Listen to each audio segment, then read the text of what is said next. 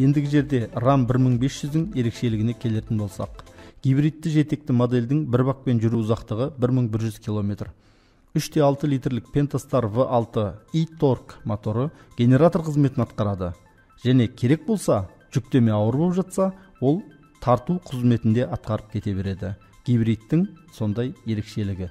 Батареяларына келетін болсақ, 92 киловатт сағаттық және 130 киловатт қуат өндіретін генератормен қосақталған гибридті жетек. Яғни оның жаңа біз айтқан 3,6 литрлік Pentastar моторы 130 киловаттық қуат өндіретін генератор қызметінде атқарады. Соның арқасында жалпы гибридтік жүйе 663 ат күшіне тең және 898 ньютон-метр айналдыру моментін береді. Бір қызығы, соншама ауыр бола тұра, үлкен бола тұра, толық өлшемді пикап 0 мен 100 км/сағат жылдамдыққа бар жоғы 4,4 секундта шығады.